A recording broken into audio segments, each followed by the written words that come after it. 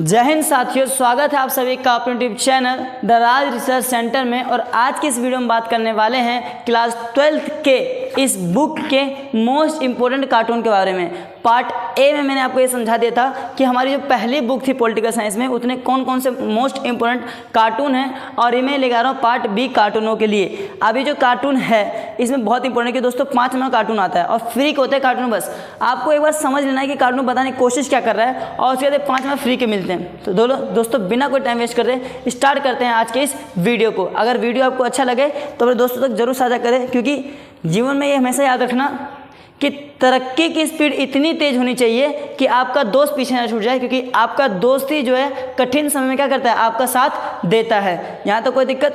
तो आगे बढ़ते हैं इस चैप्टर की और। दोस्तों जल्दी जल्दी इस वीडियो को सेशन को शेयर कर दीजिए ताकि ज़्यादा लोग तक ये इन्फॉर्मेशन पहुंच सके। और बिना कोई टाइम वेस्ट किए अपने स्टार्ट करते हैं इस बुक से। इस बुक में दोस्तों आपको 3 ही चैप्टर हैं, आपको बता दूं नॉर्मली। तो पहला राष्ट्र निर्माण की चुनौती, दूसरा नियोजन और विकास, और तीसरा जो है हमारा एक दल के प्रभुत्व का दौर। ये आधा ही आ रहा, पूरा चैप्टर नहीं आ रहा, ये याद रखना। और उसके बाद जो है हमारा विदेशी संबंध, ये भी आ रहा है, ठीक है। तो इन सब के कार्टून कर लेते हैं। तो पहला हम निकाल लेते हैं राष्ट्र निर्माण की चुनौती। तो राष्ट्र निर्माण की चुनौती पहला, ये बहुत ज़्यादा फेमस है। अब इस चीज़ को ध्यान समझो। इस चीज़ में क्या बताने की कोशिश कर रहा है, इस चीज़ में ये बताने की कोशिश कर रहा है कि 14-15 अगस्त 1947 की मध्यरात्रि को भारत आज़ाद हुआ था। यहाँ तक कोई दिक्कत। इस चित्र में भारत के प्रधानमंत्री पंडित जवाहरलाल नेहरू जो है भाषण देते दिखाई दे रहे हैं। इन्होंने इस चित्र में भाषण तो दिया था। इन भाषण का एक शॉर्ट फॉर्म नाम दे दिया गया था। इसका नाम था भाग्य वधु से चिर प्रतीक्षित भेंट, यानी कि ट्रिस्ट विद डेस्टिनी। क्या नाम था? Tourist with destiny. दोस्तों ट्रिस्ट विद डेस्टिनी यानी भाग्य वधु चिर प्रतीक्षित भेंट का मतलब ये होता है कि आत्मा का परमात्मा से क्या होने वाला है, मिलन होने वाला है। यहाँ तक कोई दोस्तों दिक्कत नहीं। आगे बढ़ते हैं इसकी ओर। ये जो देख रहे हो ट्रेन, यहाँ पे देखो ट्रेन के ऊपर लोग बैठे हुए हैं या नीचे लोग चल रहे हैं। इसमें ये बताने की कोशिश कर रहा है कि सन 1947 में भारत और पाकिस्तान का बंटवारा हो गया था। तो बंटवारे के दौरान बहुत से अल्पसंख्यक इस देश से, भारत से पाकिस्तान जाना चाहते थे और पाकिस्तान से कई लोग भारत के साथ आना चाहते थे। इस दौरान दोनों देशों के लोगों को जल्दी पहुंचाने के चक्कर में दोनों देशों ने एक ट्रेन चलाई। इसका नाम था समझौता एक्सप्रेस। इस ट्रेन का नाम क्या है? समझौता एक्सप्रेस, जो कब चली थी? 1947 में चली थी। यहाँ तो कोई दिक्कत। तो जो यहाँ ये जो कार्टून हम इसकी हिस्ट्री में नहीं पढ़ेंगे कि लोग ले गया, मारा गया, पीटा गया, वो नहीं पढ़ेंगे। हम बस कार्टून पढ़ेंगे, कार्टून क्या बताने की कोशिश कर रहा है। यहाँ तो कोई दिक्कत। हाँ, अगर ये देखिए यहाँ पे देखिए महात्मा गांधी है, उनके साथ दो उनकी वहाँ पे पीछे बहुत से लेडीज़ हैं, कुछ आदमी हैं, और वो एक आदमी से बात कर रहे हैं। दरअसल 1947 से भारत पाकिस्तान का बंटवारा हुआ था। तो कई दिल्ली हो गया, लाहौर हो गया, इन समय बहुत भारी मात्रा में क्या थे, दंगे देखने को मिले थे, कई लोग मर गए थे। अभी इसी दौरान कोलकाता में बहुत बड़ा दंगा चल रहा था। तो महात्मा गांधी जश्न में शामिल ना होकर कोलकाता चले गए, ताकि कोलकाता के पास एक जगह का नाम है नोआखली। क्या नाम दोस्तों? नोआखली, जो अब बांग्लादेश में चला गया है, ठीक है। तो नोआखली में गए ताकि वहाँ के लोगों को शांत किया जा सके, ज़्यादा खून खराबा ना हो। यहाँ तो कोई दिक्कत दोस्तों। आगे भी ये वाला एक वो है, क्या कहते हैं, न्यूज़पेपर। इस न्यूज़पेपर में ये बताने की कोशिश कर रहा है कि जो हमारे महात्मा गांधी थे कि इनको किसने मारा। तो इस न्यूज़पेपर में बताने की कोशिश कर रहा है कि नथुराम गॉडसे ने महात्मा गांधी को मार दिया था, और नथुराम गॉडसे ने महात्मा गांधी 3 गोली मारा था। नथुराम गॉडसे ने 30 जनवरी 1948, डेट याद रखना, 30 जनवरी 1948 को नथुराम गॉडसे ने महात्मा गांधी को मार दिया था। फिर आगे बढ़ते हैं। ये बहुत बार पेपर में आया, याद रखना। यहाँ पे देखना, एक आदमी खड़े हैं, बीच में पटेल जी हैं, फिर निज़ाम है, और यहाँ पे एक आर्मी का बंदा है। अब ये चित्र कब की बता रहा है दोस्तों? दरअसल ये चित्र जो है हैदराबाद को भारतीय संघ में शामिल करते समय की फ़ोटो ली गई है। यहाँ तो कोई दिक्कत।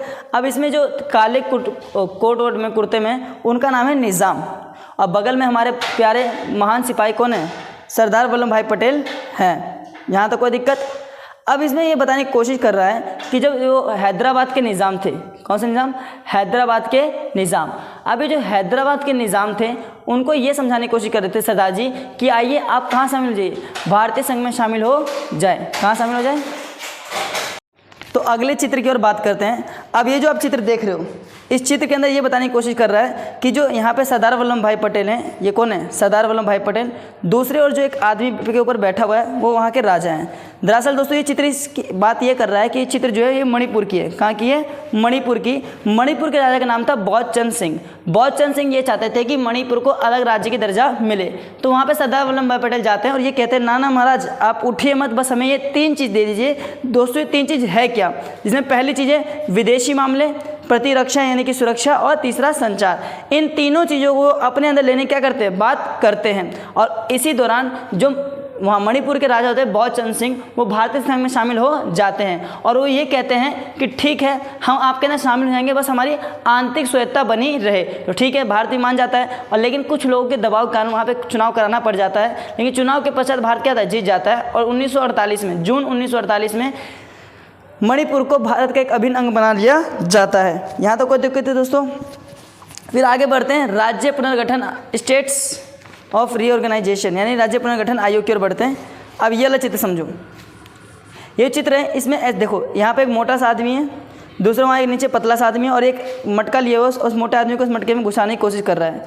ये जो चित्र है, इस चित्र का नाम है कॉन्गसिंग द जैनी, जो 5 फरवरी 1956 में छपा था। अब समझते हैं कहने क्या कोशिश कर रहा है। दरअसल आप देखोगे पेड़ के पीछे कुछ लोग छुपे हुए हैं और ये जो लोग हैं ये बताने की कोशिश कर रहे हैं कि जो समस्या थी एसआरसी की, स्टेट रीऑर्गेनाइजेशन कमीशन यानी राज्य पुनर्गठन आयोग की समस्या थी वो बहुत ही बड़ी थी और इसको जो नेता लोग थे वो छोटे से मटके के अंदर सुलझाने की कोशिश कर रहे थे, जो संभव था ही नहीं। क्योंकि 1952 में पोट्टी श्री रामुलु जो होते हैं वो तेलुगु भाषा के लिए आंध्र प्रदेश की मांग करते हैं और उनको दे दिया जाता है। उसके बाद जो भड़कम भीड़ मच जाती है कि हम जहाँ मराठी बोलते हैं वहाँ मराठी बनाओ, महाराष्ट्र बनाओ, जहाँ गुजराती बोलते हैं तो गुजरात बनाओ, है कि नहीं। इस तरीके से पूरे जहाँ बंगाली बोलते हैं बंगाल बनाओ, इस तरीके से पूरी बात उठने लग गई। तो उसके बाद एसआरसी को लाए गए, इसके अध्यक्ष कौन थे, फैजल अली थे। तो ये एसआरसी का चित्र बता रहा है, ये कॉन्गसिंग द जैनी इसका नाम है और ये जो था 1956 की बात चल रही है। यहाँ तो कोई दिक्कत। आपसे इसे रिलेटेड क्वेश्चन ये पूछ सकता है कि तो एसआरसी की फुल फॉर्म तो स्टेट रीऑर्गेनाइजेशन कमीशन कब लाया गया था, 1953 में लाया गया था। 55 में सिफारिश आई थी, 56 में से लागू कर दिया गया था।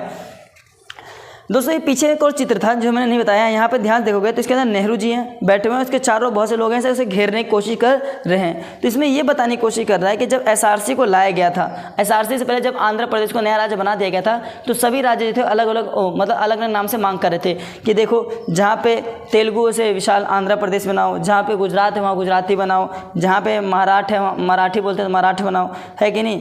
इन सब तरीके से मांग होने लग गई थी। अब दोस्तों 1920 में एक नागपुर अधिवेशन हो गया था। इस नागपुर अधिवेशन हिसाब से बता दिया गया था कि राज्यों का जो गठन होगा वो भाषा के आधार पर नहीं होगा। उसके बावजूद उन्होंने डिमांड की, तब जाके नेहरू ने एक एसआरसी कमीशन को बनाया और उसके बाद इसने रन करना क्या कर दिया शुरू। 1953 इन्होंने इनकी गठन हुई जिसके अध्यक्ष फजल अली थे। फिर 1955 में 55 रिपोर्ट आई और 56 में से लागू कर दिया गया। यहाँ तो कोई दिक्कत। अब आते हैं, ये चैप्टर आपका डिलीट है लेकिन इसका आधा चैप्टर तो आ रहा है, तो आधे चैप्टर में ये चित्र है ये आएगा। अब इस चित्र में ध्यान देखो, इस चित्र में क्या लिखा है, बीच में डब्बे में इलेक्शन कमेटी और ऊपर में बहुत से लोग बैठे हुए हैं और नीचे बहुत सारी जनता पार्टी के लोग, पार्टी हैं बहुत सारे नेता लोग हैं। तो नेता लोग क्या मांग कर रहे हैं समझो। ये चित्र है, ये 1951 में कांग्रेस पार्टी के उम्मीदवार चुनने के लिए समिति बनाई गई थी, यानी कि कांग्रेस पार्टी का उम्मीदवार कौन बनेगा उसकी समिति को बनाई गई थी। किस कब 1951 में।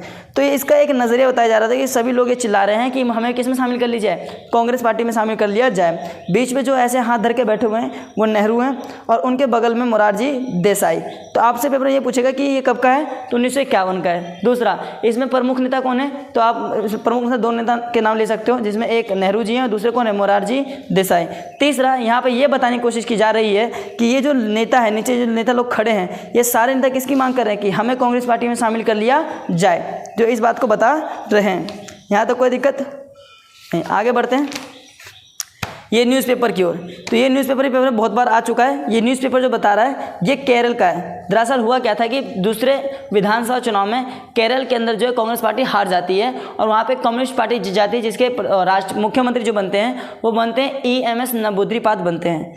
अब ES नंबूद्रीपाद तो जीत जाते हैं, लेकिन कांग्रेस को ये बात पसंद नहीं आती कि हमारे दौरान कोई नया पार्टी जीत जाए और वहाँ पर वो आर्टिकल 356 का प्रयोग करते हैं, धारा 356 का प्रयोग करते हैं और वहाँ की पार्टी को बर्खास्त कर देते हैं और अपने खुद की पार्टी वहाँ क्या कर लेते हैं, लागू कर लेते हैं। तो ये तब का है, तो एकदम ध्यान समझना। ये कहाँ की, केरल की, कब की है, तो 1957 दूसरे विधानसभा चुनाव की है। यहाँ पे जीते कौन थे, तो कम्युनिस्ट पार्टी जीती थी। हारी कौन थी, तो कांग्रेस पार्टी हारी थी। और उसके बाद कांग्रेस पार्टी ने कौन धारा का यूज़ किया, धारा 356 का यूज़ किया और उसी पार्टी को हटा दिया। यहाँ तक समझ में आ गया आपको। आगे बढ़ते हैं। ये जो 2 बेल है यहाँ, ये 2 बेल भी देख लो। ये 2 बेल जो थे कांग्रेस पार्टी के पुराने चाहिए। आज आप देखते हो जो कांग्रेस पार्टी हाथ छापे, पहले दरअसल वो 2 बेल हुआ करती थी, ठीक है। तो ये चित्र कहाँ की है, 2 बेलों की है। किसका प्रतीक है ये, कांग्रेस पार्टी का। किसका प्रतीक है, कांग्रेस पार्टी का। तो सेकंड चैप्टर आपका खत्म हो गया। अब आते हैं लास्ट चैप्टर, थर्ड चैप्टर की ओर, जिसमें हाँ इस चित्र को देखिए। यहाँ पर नेहरू जी हैं और बहुत से बड़े बड़े बिजनेसमैन लोग हैं, बैठे हुए हैं, बात कर रहे हैं। तो आपसे पूछेगा चित्र बताने की क्या कोशिश कर रहा है, तो इसमें प्रमुख नेता का नाम क्या है, पंडित जवाहरलाल नेहरू। दूसरा, इसमें यह बताने की कोशिश किया कि जब हमारा देश आज़ाद हो गया तो अर्थव्यवस्था किस प्रकार से विकसित किया जाए। तो अर्थव्यवस्था को विकसित करने के लिए, अर्थव्यवस्था को रेल की पटरी पर लाने के लिए वहाँ पर हम नियोजित अर्थव्यवस्था किस तरह से विकास करें, उसके लिए बॉम्बे प्लान हुआ था। और आपको पता है बॉम्बे प्लान क्या था, 1944 1944 में बॉम्बे प्लान हुआ था। और इस बॉम्बे प्लान के अंदर सब चीज़ बताया गया था किस तरीके से करना है। यहाँ तक कोई दिक्कत नहीं। अब आते हैं इसके ओर। यहाँ ध्यान देखा जाए तो बादल है, बादल के ऊपर एक लेडीज़ बैठी हुई हैं, उसके आसपास बहुत सारे लोग बैठे हुए हैं। बादल नीचे देखो तो वहाँ पे बहुत से लोग भूखे मर रहे हैं, भूखमरी कारण कोई भीख मांग रहा है, कोई किसान का फसल नहीं उग पा रहा है। ये सब समस्या बता रही है।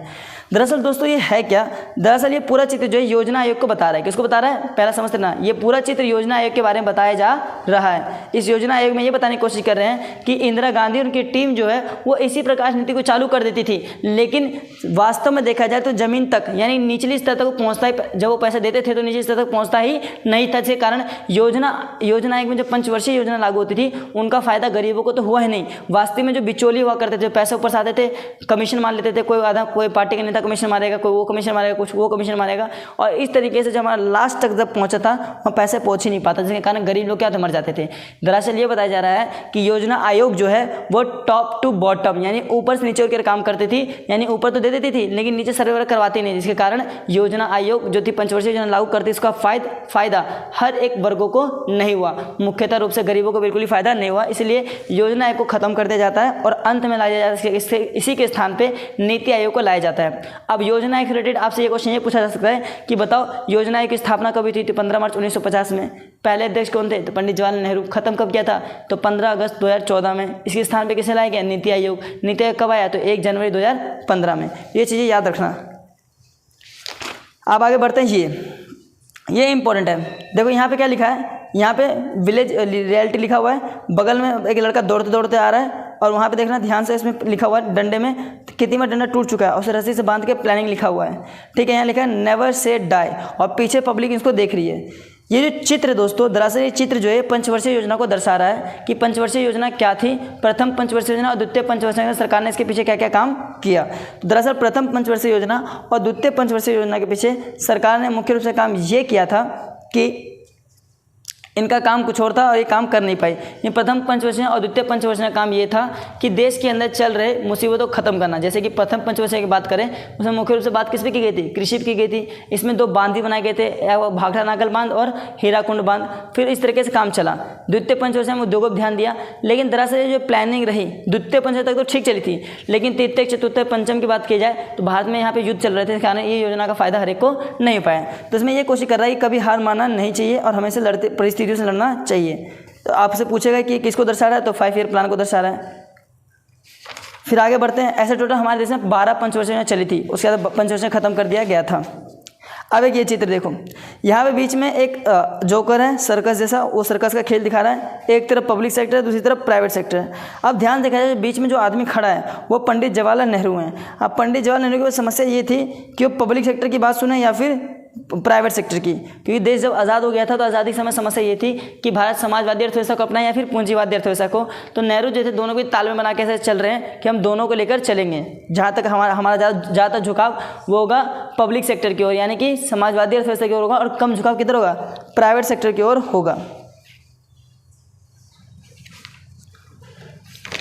इसके बाद आपका एक ये है थर्ड प्लान। अब यहाँ देखोगे, यहाँ थर्ड प्लान में क्या है कि एक चटाई है, वहाँ पे कुछ लोग बैठे हुए हैं, देखो ध्यान देखोगे तो इनका बहुत सूखा हुआ शरीर है, गरीबी को दर्शाया जा रहा है। तो इसमें जो आदमी है ऐसे वो नेहरू हैं। नेहरू ये कह रहे हैं कि हम लोग आगे बढ़ रहे हैं, जल्द ही हमारे देश में भुखमरी का अभाव पार हो जाएगा और थोड़ी चने चबाने के काम चलाएं। यानी कि यहाँ पे पंडित जवाहरलाल नेहरू ये बता रहे हैं कि हमारे देश में भूखमरी, पता होगा कि 1965 में भारत ने 2-3 बार तीन युद्ध लड़ चुके थे, मानसून की असफलता थी, तो खाने की कमी के कारण यहाँ पे क्या देखने मिली, व्यापक भूखमरी देखने को मिली।